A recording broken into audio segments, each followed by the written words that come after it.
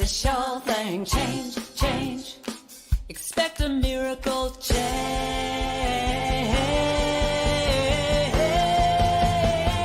Watch me change when you change the way you look at things. The things you look at change. When you change the way you look at things, the things you look at change. When you change the way you look at things, the things you look at change. When you change the way you look at things, the things you look at change. Now do do do do do do change. Do do do do do change. Do do do do do change. Do do do do. Good afternoon and welcome to the Spirit Cafe show. I'm Barbara Schreiner-Trudell, And I'm Cheryl Rogers. and we are so delighted to be here today having courageous conversations for changing times. And as we begin, let us begin with a land acknowledgement. As we gather from many places on Turtle Island, I'm honored to work, live, and play within the city of Toronto on the historical and traditional territory of many Indigenous nations, including the Anishinaabe, the Wendat peoples, and more recently, the Mississaugas of the Credit and the Haudenosaunee nations. And I recognize it's now home to many diverse First Nation, Métis, and Inuit people from across Turtle Island. And by making this acknowledgement, we strive to be allies and take an active part in reconciliation by honoring the land, the history, and the unique Indigenous heritage. We recognize our oneness, we realize our history, and we choose to create a new reality. We are one. Miigwech. Miigwech. Wow, Cheryl, we have got a topic today. So excited, so excited. Yeah. Fiona, so glad you're here. It's interesting when we start thinking about colonialism, we think about the things that were done in the past, and we look at how do we move forward. I think the ideas of inclusion, of reparation, all of that, there's a lot of things to unpack when it comes to those conversations. Yeah, absolutely. The title that we chose for today's show is Writing History, the Costs and Benefits. And as we were talking about that writing, making it right, but also rewriting writing history, right? Because history is written from one perspective. Yeah, I think if we look at history from the perspective of the Indigenous people of North America or other countries as well, continents as well, or if we look at the history from the white settlers' perspective, or we look at the history of the Black immigrants who were brought here forcibly from Africa, we're going to get very different history stories than maybe what we are accustomed to. So where do we begin in this whole dismantling and recreating and coming to a place of inclusion and equity and possibility, like truly exploring that oneness? Yeah, so some of the thoughts that I've been having is probably because of the work that I'm in, I feel inundated sometimes by some of these topics, right? And so I started thinking about, I really respect and understand, and especially because I've done a lot of work in trying to understand, the Indigenous experience in Canada over the last 100 years, the race experience in America. And I've really, and my passion is restorative justice. So I start thinking about, in restorative justice, each participant has a voice, which is so important, and they share the harms and the experience that they've had, and then they look at how to make that right, which I think is something we're doing right now.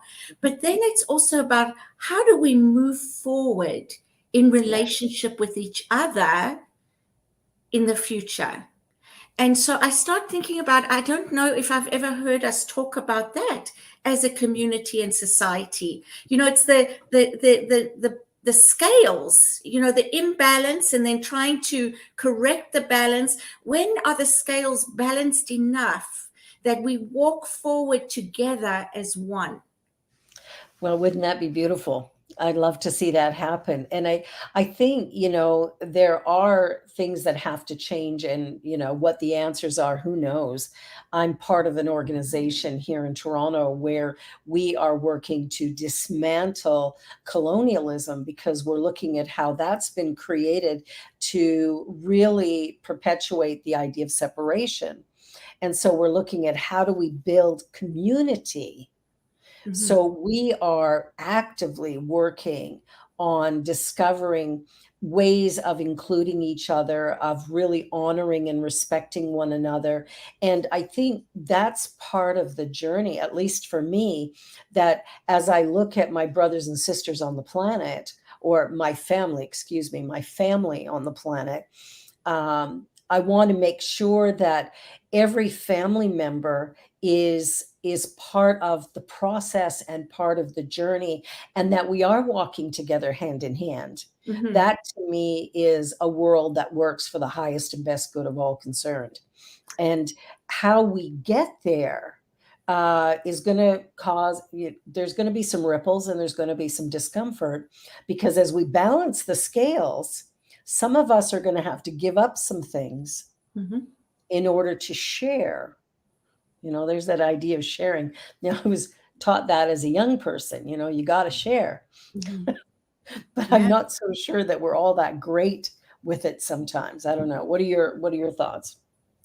Yeah, I think about that. And one of my questions that I first initially had was, is it about deconstructing something, or is it about creating something new? And yeah, I'd love to hear what you say about that. Well, I think in order to create something new, we have to kind of move the current model aside. And so I don't know if it's a dismantling or if it's just a kick it to the curb. Yeah. Not sure how we do that, but I think we have to create a new model. The one we have right now is very much a caste system. And so depending on where you are in that system will depend on, how well you do, or some of the limitations you face. It's not that, somebody, who immigrates as a refugee can't become something fabulous in our country. They can. But it's sort of maneuvering the system to get there. Whereas if we were to take that system and break it apart, break it down and go, no, it doesn't work. Let's create something new. And I think finding a way of, you mentioned balancing the scales. I don't even know how that gets done, but I know at PWA Toronto, where I'm on the board, we are working to create equity, period, that oneness right across, and we're starting at the governance level. And I think that might be part of the challenge, is how do we get the powers that be, the ones that are at the top of the mountain, top of the pyramid, to go, yes, let's balance the scale, which means bringing them down a notch or two and elevating the majority up, a few steps or quite a lot. But it's definitely a journey and a conversation that's in process.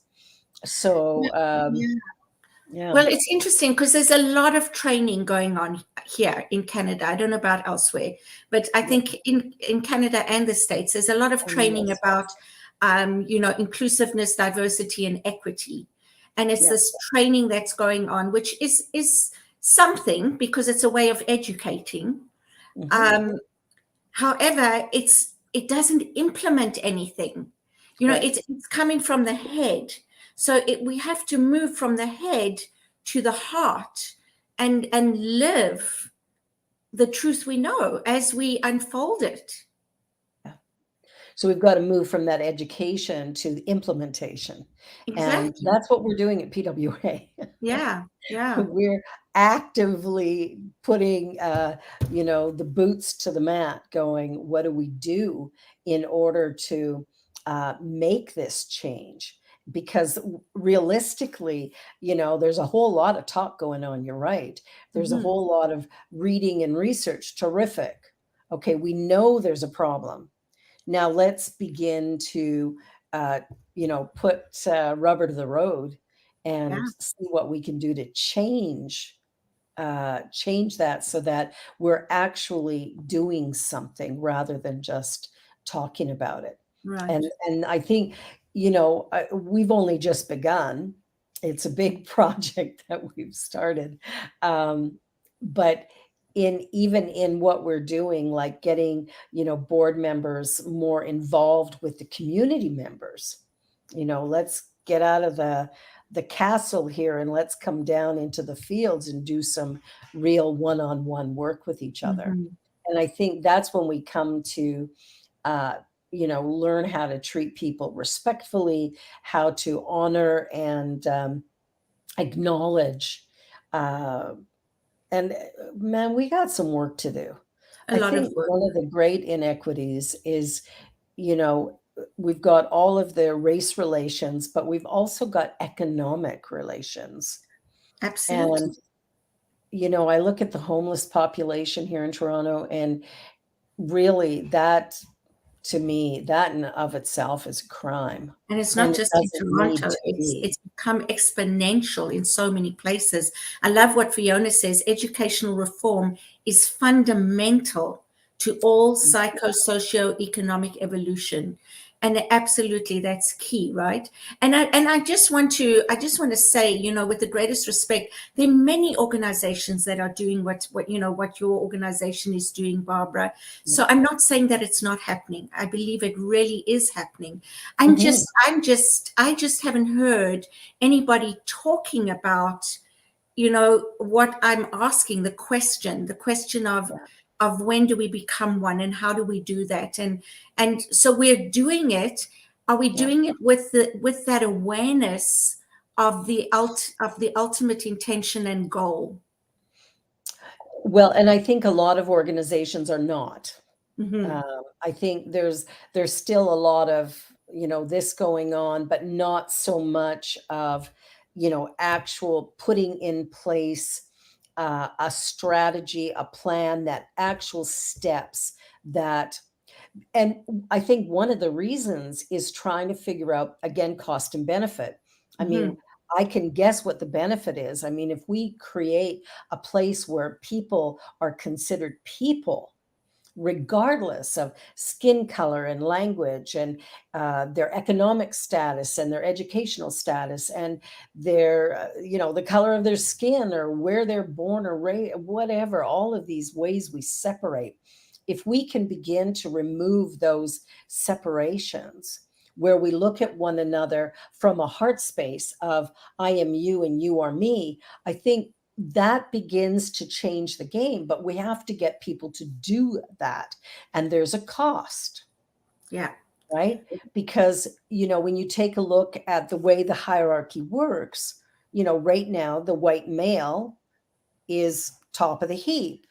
White male Christian, probably English speaking, would be top of the heap. So And has that, been for how many hundreds oh, of years, right? hundreds of years, hundreds Yeah. of years. And so what we want to do is bring that down. Well, that person is kind of enjoying their privilege. And Mhm. so to ask them to give up part of it is, that's where some of the struggle can come in, is there's people going, well, I don't want to give up Mm. what I have. Mhm. I don't want to share. I mean, Mhm. as little children, I don't know, I was taught to share and that Mm. it was important to share. But when we look at the whole, even food, we take a look at how many people are starving in our world, and then take a look at what the waste of food is, Yeah. we soon come to realize that people going hungry, that should never happen, because there is more than enough food to go around to feed every single person on the planet a healthy diet. Right. So why are people hungry? It's Yeah. called, it's called sharing resources, it's distribution, whatever.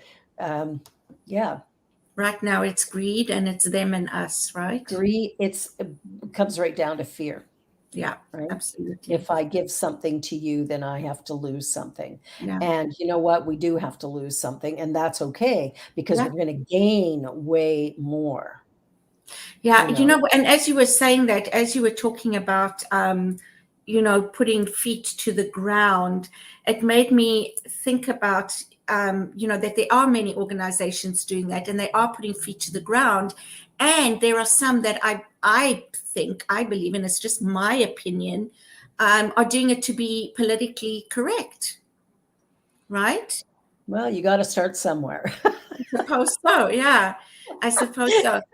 The thing about it sometimes as well is the other question I have is that when does blame and shame come into it and come out of it or leave it? The costs, the benefits.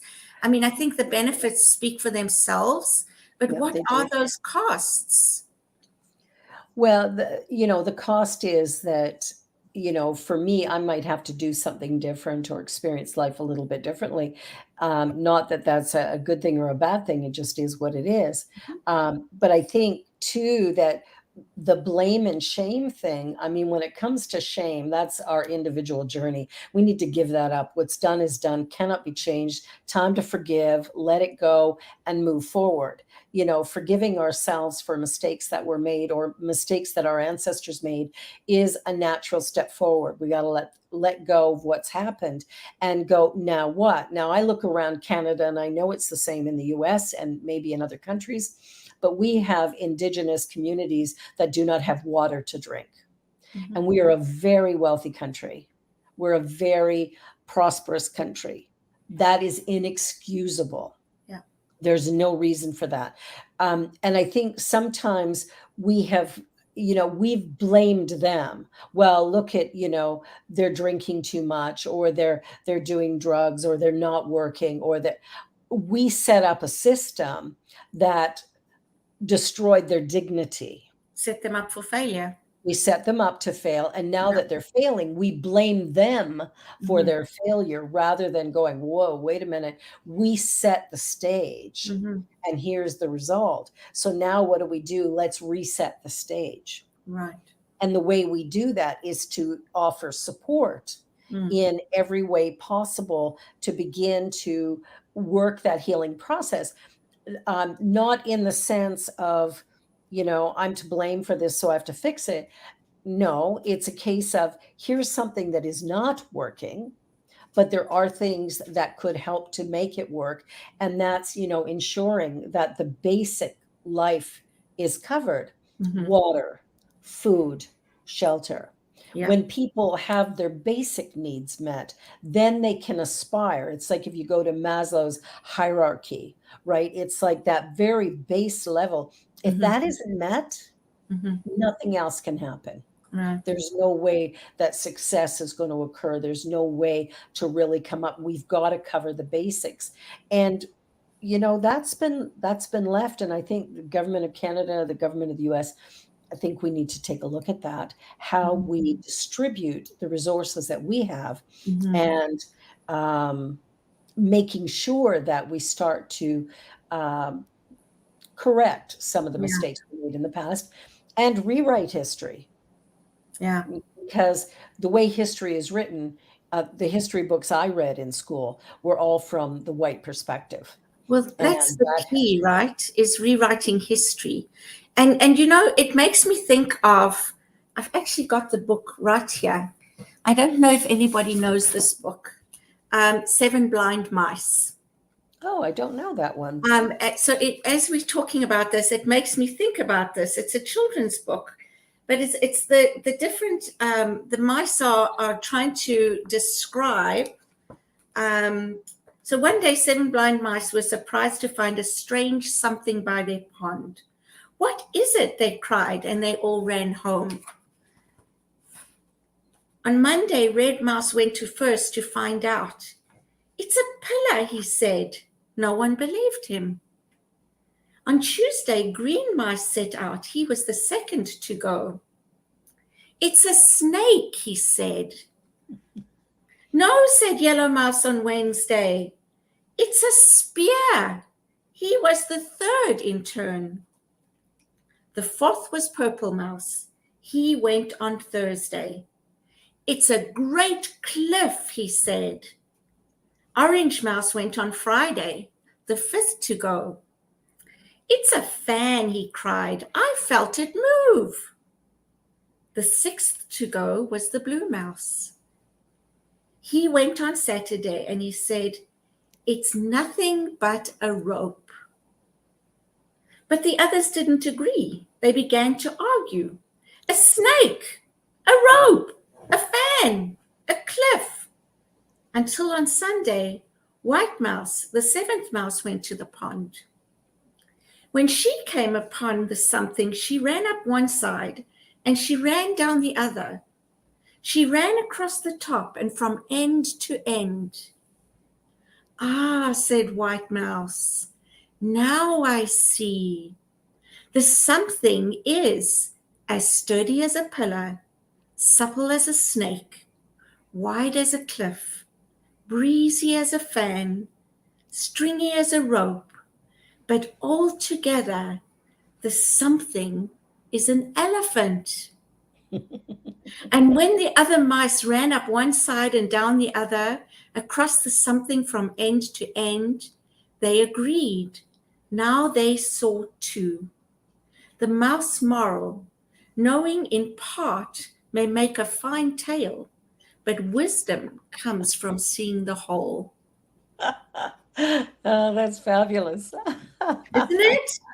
Yeah, I love it. I love it. That's awesome.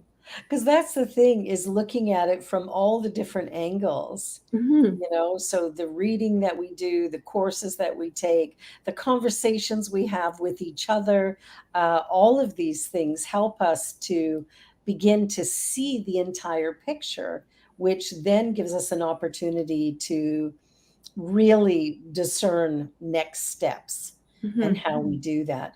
One of the things we've done at PWA is our board is very diverse. And so starting there is really helpful because we have Indigenous, we have Latina, we have Black, we have white, we have, Mhm. LGBTQ plus, we have Mhm. hetero, we have, like, you name it, we got it. And so when you put all of those people together and you start strategizing, all of a sudden you're coming from many different places. Mhm. And that, I think, is also a great way to begin to build, because we honor every voice. Yeah. Every Yeah, voice and is that's what it's about. But it makes me think about the education component as well, right?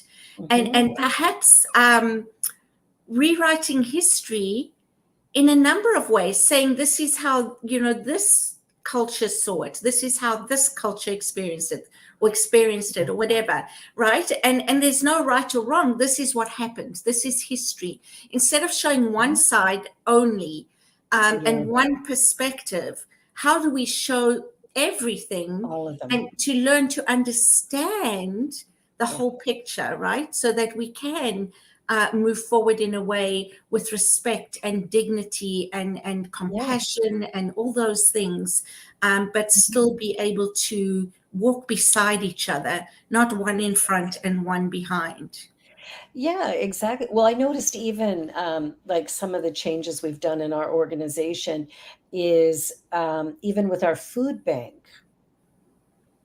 It was like getting food in there that they could actually eat and enjoy. Mm-hmm. Because what I eat from my Canadian heritage doesn't interest them. Yeah. So what is it that's actually needed? And so even contributing to a food bank, which, we think, oh, I gave a bag of potatoes and I gave this and aren't I generous? But if they don't eat white potatoes, which I know for people from the Caribbean, they don't. Mm-hmm. If that's what I've given, well, that's going to sit there. Yeah. So recognizing that some will and some won't, and respecting that, right? Yeah. And considering that, taking it into consideration, which is what I hear you saying. It's more about what are people's preferences who live in that area. Exactly. What is the need? Yeah. And what is the need? Yeah, for sure. So, it's, one of the things that I've come to understand, like if I go through my kitchen cupboard, there's very few things that, I could put into that food bank, but I can donate cash. Absolutely. And then they can buy what they need for the food bank rather than what I think might work or what I have left over. And I think, when we start to look at things from different perspectives, I think that's what really helps us to change the game, is that, we need to listen to others and see what their preference is or what their thoughts are, and then go from there. Because I think that's part of the walk is, am I paying attention to what's needed, or am I making an assumption from my upbringing, from my perspective as to what's needed? Yeah. Absolutely. And again, we are talking about North America, right? The US and Canada. I'm from South Africa, and I know that there's a total different experience there, in that South Africa is corrupt. I mean, it's just not what people envisioned, what Mandela envisioned it to be. And it's really swung from one end of the pendulum to the other. And there are many white people suffering, many Black people that are still suffering. It's only the comrades that are rewarding each other and pilfering the pot that have gained anything. And now it's all coming out. I mean, even the president, he was found with, I don't know how many $1 million in cash in his home. And now they're talking about, the possibility of impeachment. And I don't know the whole story, but I can tell you it's just been since Mandela, unfortunately, had to pass the banner. It's a totally different experience. And it's very sad. It's very sad. We talk about, the lack of resources, the electricity, power plants and everything are collapsing. The roads are collapsing. It's just the infrastructure, right? The infrastructure, because no money's been put into it. So right now they're going through rounds and rounds of load shedding. And, my mom likes to watch this show, and often she can't because she has no electricity. Wow. So I just want to put in perspective that we're talking about one area on the planet, and there are so many different experiences in other places. Absolutely. But injustice is everywhere, and it comes from fear, that we become very greedy because we think power is something we can have over somebody else. Yeah. And that seems to be right across the board, that power struggle is, and that comes from fear, because power is something that each one of us has within us, and it's personal. And it's not about manipulating others, although that is what's happening around the world. That's the things that are going on. And I think that, produces some challenges. And it's time for us to take a commercial break. So you're watching Spirit Cafe, Courageous Conversations for Changing Times. I'm Barbara, this is Cheryl, and we will be back in just a minute. So don't go away. New Thought Media Network is on the rise. We're looking to grow with you. Do you have technical media experience, or perhaps a desire to learn? Are you willing to volunteer your precious time and attention? We share this message to benefit all. If you possess a computer with a camera and a microphone, we will share our knowledge with you. Behind the scenes, or being the star. Let us bless our one. Contact us at info@ntmedia.org.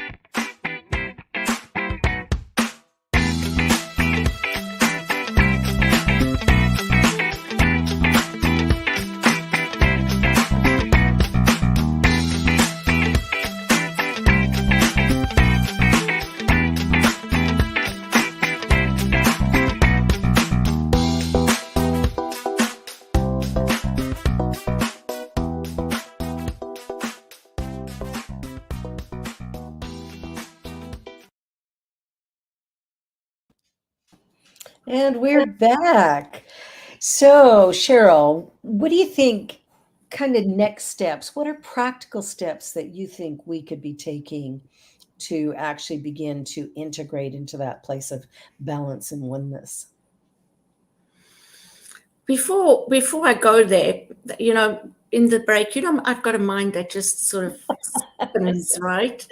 Anyway, so what I just wanted to clarify, I talk about South Africa. I don't watch the news too much because I get very upset. I really do. And there's so much suffering going on in there, and there's been floods and other things there too, right? Mhm. I just want people to recognize, some people might say I'm talking from my white privilege, but and yes, I have, unfortunately, fortunately, I've had that experience of having white privilege. I was so excited to be part of the Rainbow Nation when Nelson Mandela came out. I really, really wanted to see South Africa become one and blend together as the Rainbow Nation, as we were called, right?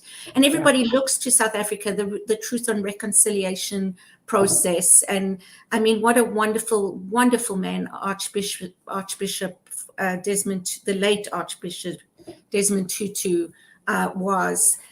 He was amazing.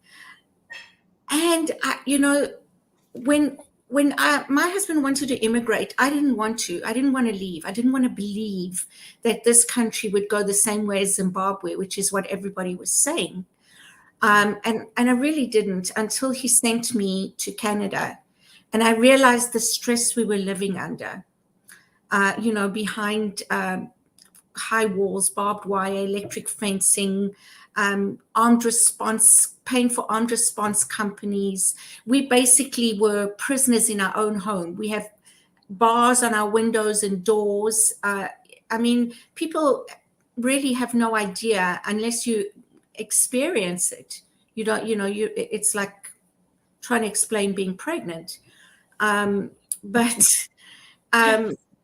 It really breaks my heart and it saddens me to see what's going on there and to see how it's affecting my mom and my sister and my cousins and my family, my brothers and sisters, whether they're black, white, blue, green, yellow, right? I love them all. So it's not about that. It's really just about a beautiful country that's infrastructure has collapsed, that has been robbed of its resources. It's those kind of things, and that's where I'm coming from. And again, it's the government and the majority, the population that's the majority, trying to make things right. And I believe they're trying to make things right only with one race. One perspective. Absolutely, right? At And work. excluding all others.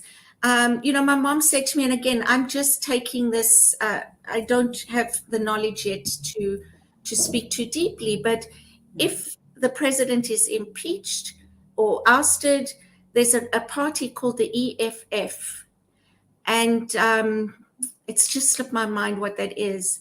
But if they come in, they will either kick out or murder all whites. That's their agenda. Okay, so just to put things in Wow. perspective about, And that's not the answer. it's not the answer, but again, to put things in perspective about injustice, race, experience, it's not about color. It really isn't about It's color. about power. It's That's it. it's It's who about wants to power. It's control. about me, myself, how much can I grab while I'm in this position, Exactly. and it's somebody else's problem when I leave, those kind of things. Yeah. Yeah. So, I think, how do we move forward? I think it's important to have the conversations. I really do. Yeah. I think it's important to educate ourselves, and each other, to be able to have a voice from all sides, just like you said earlier, to be able to hear and to be able to listen from each other what our needs are, not assume that we know what anybody else's needs are. Right? So it's not about how, this is what I'm going to do to fix it or you. It's how do you think we can support you? How do you think we can work together? So it's really about doing things, collaborating, and I know it's going to take a long time, but it's about a shift in consciousness. Very much so. Very much so. Moving from me to we. Yeah. And realizing the power in that and the benefit in that, because I think when we take a look at a number of things, when we start working together, there is there's all kinds of dignity and respect and things like that naturally will happen when we're walking hand in hand, when we come to learn about each other. And what happens then is medical costs are reduced, policing costs are reduced, all sorts of things that end up changing as a result of building a more equitable system. However, again, we go back to, like you say, the greed and the fear that, somebody's going to take something from me. I want to have it all. It really is a shift in consciousness where those of us that have more power than someone else, we have to give some of it up. Yeah. We have to be willing to reach deep and go, you know what, creating harmony is far more important than me assuming that I know what's best. And I don't think we have to fix people. I think we have to discover them. Yes. Find out about them. Yes. Who are you? What do you like? It's so interesting to have conversations with people. One of my new favorites to listen to on YouTube is Sadhguru. I don't know if you've listened to him. Oh my God, I love him. This is a man that is going around the world. He's been talking at Harvard and at University of Toronto. Mike Tyson had a conversation with him. Actors are interviewing him. His mission is to go around the world and basically awaken people, right? But he was talking about exactly what you're saying. He said, would you like to live with like yourself, a duplicate of yourself? If everybody was the same, would you like to live with yourself? And he was, I'm just giving you my perception. I'm not using his words, quoting him directly, but he talks about that. And then he talks about how good it is to be different and diverse. And he says what we do is we make it about discrimination instead of differences, and celebrating our diversity and recognizing the beauty in that. yeah, he's just amazing, and he really doesn't talk metaphysically, and he doesn't talk, in language that I can't fathom that what he's saying. I need a science degree, whatever. Very basic things, like really, and just so wise. And I'm like, oh my gosh, he's worth listening to. I'm gonna I'm tell gonna check it everybody out. about him because yeah, he is going around and simply saying things as they are, and just beautiful. That's Beautiful. fantastic. Yeah. That's, really that's what we need is to acknowledge and it's like looking at a box of crayons. Mm-hmm. We might have our favorite colors in there, Mm-hmm. the ones that we want to use most. I like blue and green, purple, right? Those are my favorite colors. But I use all of them Yeah. because all of them are required in order to create pretty much any type of really lovely piece of art that I'm going to be mixing in different colors and different things. And it a tapestry as well. When you look at some of these beautiful old tapestries that hang in museums, and you look at them and go, wow, like all the different threads that are required to create that beauty. And so it is with us, that Yes. every person of every station in life provides something. Yeah. It's the premise of the show that I do on Friday, the Joy Show, joy being an acronym for just one you. Mm-hmm. And I've written a children's book that not yet published, got to get that done. But it's about being unique and special like everybody else. Mm-hmm. And I think that's the message that we have to get out to people, is that who you are is right and perfect. And if anybody told you that you're not good enough, that you're flawed, that you're broken, just come to know that's not the truth about Right. you. The truth about you is you were created perfect, whole, and complete, that you are unique and special like everybody else. Exactly. I don't care if you're the president of the United States, which recently we got to see from a new vantage point, or if you're the person living under the bridge, Mm-hmm. Mm-hmm. right? You Mhm. have the same value. Absolutely. And that, I think, is the message. That's the message I've been sharing with the people that I work with, is that everybody has value. Yeah. And the things that we've been told by parents, siblings, teachers, the media, whatever, is somebody's perspective. Yeah. And it doesn't make it true. Exactly. And we've got a lot of undoing of that stuff, because somebody's perspective has been educated into us, right? And well, and not just educated, the media and the everything around us, having us believe something one way, when yes. in actual fact, there's many ways to look at it, and maybe that one way isn't even the correct way. Absolutely. That's exactly right, Cheryl, because that's the thing, is we've been convinced Mm-hmm.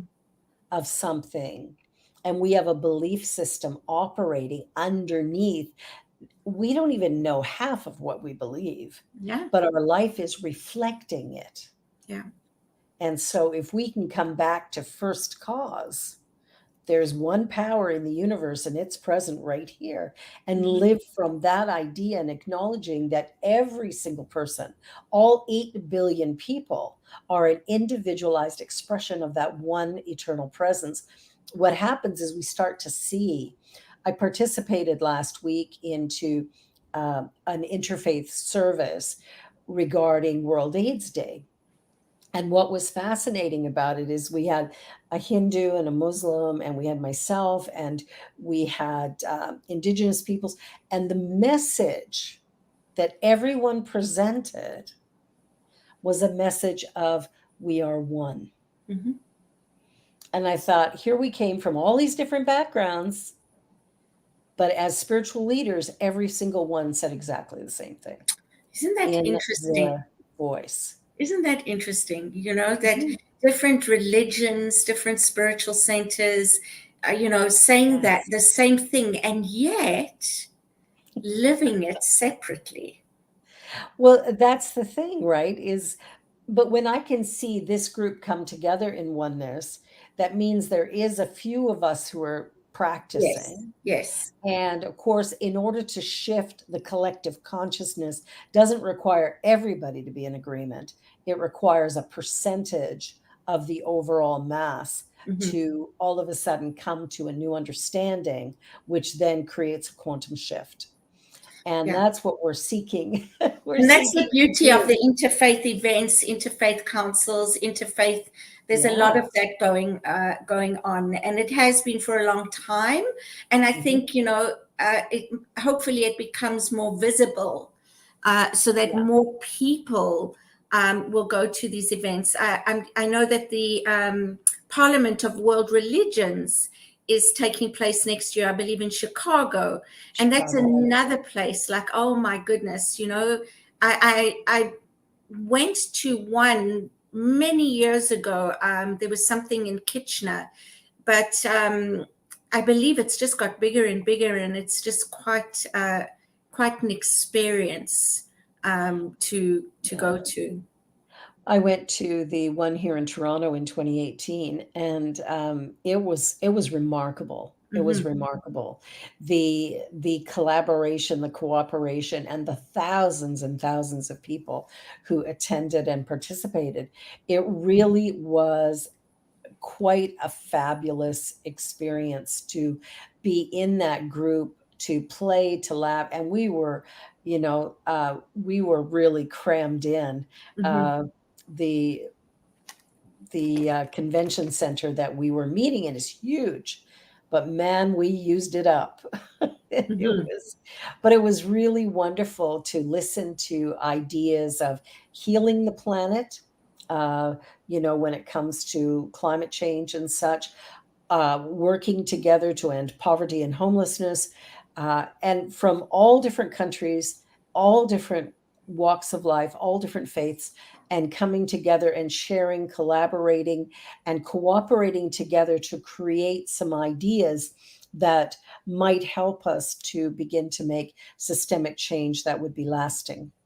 And so it's great to see that, and we need to expand it Yeah. even more. And you see, so that for me, that is beautiful. That is the way to move forward, It right? is. Now, can you imagine if we did that, for example, a world of cultures, Mhm. right? And had some kind of thing. I remember when I was a little girl, we used to have something called the Rand Show. And different countries used to have their own stands. I don't know what you call those, right?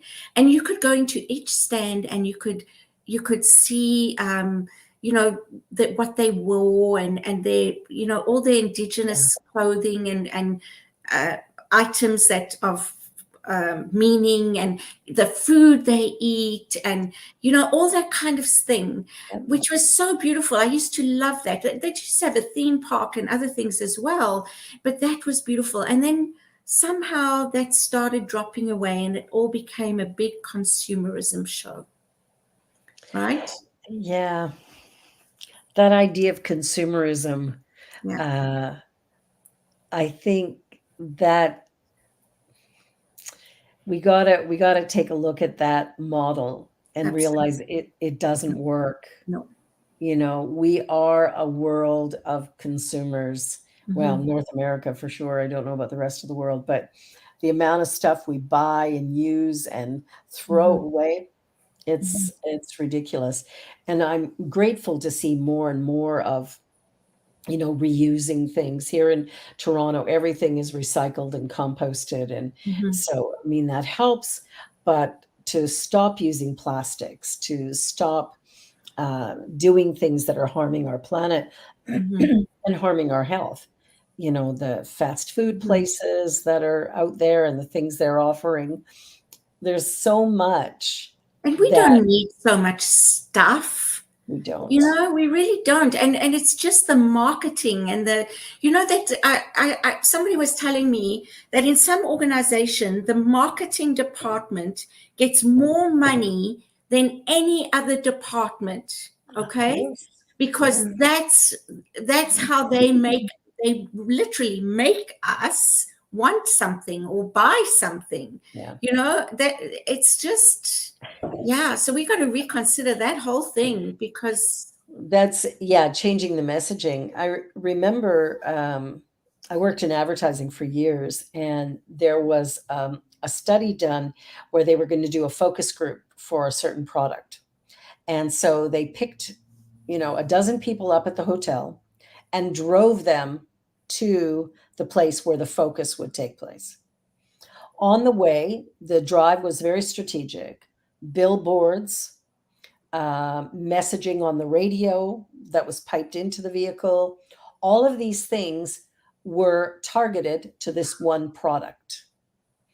When everybody arrived and they did the focus group, everyone chose the product that had been streamed through that entire drive there.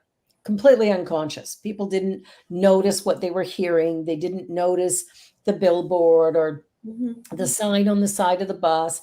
None of it was conscious. And yet when they walked into that room, every one of them chose that product. Yeah. So what does that say to Well, how programmed we are? We need Right? to put some blinders on. Programmed. It's time to, how horses wear blinders so they don't get spooked? I think we need to start wearing Just now, blinders. our artificial intelligence is going to be having a better life than we are. Well, it's, the areas of manipulation and stuff that are controlling the way we think and see and do things. I think it's time for us to take our power back and to begin to really look at, what do I need and what brings me joy. And, I love watching people who are very generous, who are giving of their time, their talent, their treasure. What I love about that is it's all about how can I give and be in service.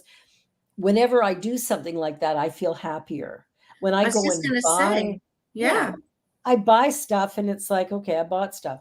Yeah. But what brings me joy is giving somebody a ride rather than them standing out in the cold, or, being able to buy somebody lunch, or to give them a few dollars because they have a need. It's all these little things that can be done, teaching new immigrants how to dress for our climate, right? Well, layers, right? So, yeah, you're going to ask me in wrapping up just now in a few minutes, and sorry to interrupt you, but I have to share this while it's here now, because the other thing that Sadhguru talks about is, because what you're talking about to me is community looking after community. Yes. Right? It's bringing humanity back into, or human back into the word humanity. Exactly. Which we've moved far away from. And he talks about that. He talks about, the family system and how it used to be. And, we used to have a family that was, the parents and the children and the grandparents and the aunts and the uncles and the, and the cousins. And I remember, we used to have all this family. Today, what is a family? A family is two people and their children, or even one person and a child, or, just two people. And that's the North American model. Right. Possibly European as well. I'm not sure. God, how disconnected have we become? So recognizing that. And again, it's not about just having the conversation and talking badly about things. It's really about having the conversation and recognizing some things that we haven't thought of before. Some things that we might want to look into more. Maybe even just shifting the way we do something. Like, I think about my grandchildren, they've got so much stuff. They've got everything and anything they need. They really do, right? So what do you give kids like that? And to me, it's starting to look at sponsoring a giraffe in their name and telling them, that this giraffe is getting this because it's a gift from you, or something like that. I don't know. I just think we got to think about doing things differently. Well, and I think educating our children to give rather than take. Yes. It's what do you have to offer, and can you, and I'm grateful, for schools these days. They require, in order to graduate, you have to put in so many volunteer hours. And I'm grateful for that, because at least it's showing them, a little bit of, giving back. But I think we really do live in this mass consumerism. And that's part of the shift that we need to make, is to start getting rid of a lot of the stuff that we have, because we don't really need it. Yes. Looking at what do we really need. And, having a comfortable home, having clothes on our backs, food in our bellies, friends and family to share time with. That is the most important. And I know for me, when I can spend time with people that I enjoy, that brings me more joy than anything else. Exactly. Yeah. That's the fun. Or making something for someone, right? Making a card, or receiving a card that's been made, or something small, I mean, that's precious. It is. It is. Yeah. It's the things that actually matter. I don't need any more, stuff. I got lots of stuff. Me too. But it's like, what do I actually want? I'd love to go and, see a great play, or, look at some of the community events that are going on, and how can I participate in those? It's that, you get to know people, you get to know somebody's experience. And one of the things that I've talked about before is the human library, where we just sit and listen to somebody's story. Yeah, what a gift. And I think doing more of that is actually something that could really help us to move forward with a new model. Because I think once we hear another person's story, it's hard to see them as a number, or irrelevant, right? Yeah. All of a sudden, we start to acknowledge the value that they actually bring and who they are. And that's also part of restorative justice, because it puts a face to crime, right? And I know that there's some terrible atrocities that have been done, and there's some terrible atrocities that have been done to people who do harm, no justification whatsoever. And there's a moment in time, that person might have done something wrong, or the behavior wasn't, the way we would want it to be, and they punished for the rest of their lives. Anyway, that's a whole nother conversation. Yeah, I don't believe in that punishment model. I believe in cause and effect, and for every action there is a reaction. Our punishment model is a university for crime. Exactly. Oh, thank you, my dear sister. I'm so glad we do this every week. Now, we are going to, for the next 2 weeks through the holiday season, we are doing reruns. And so please do log on and watch the shows. It may be something that you've missed. We'll send it out in the email.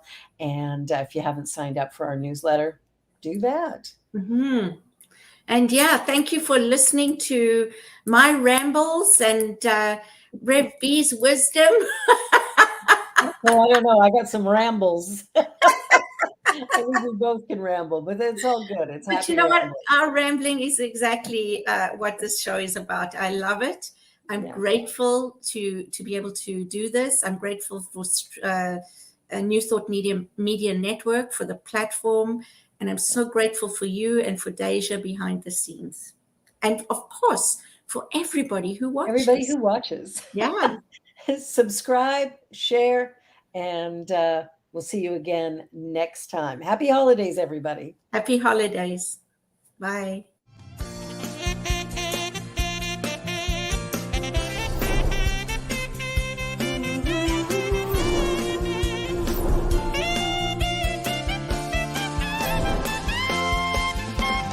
Change, change, you can do it. Change, change, it's a sure thing. Change, change, expect a miracle change.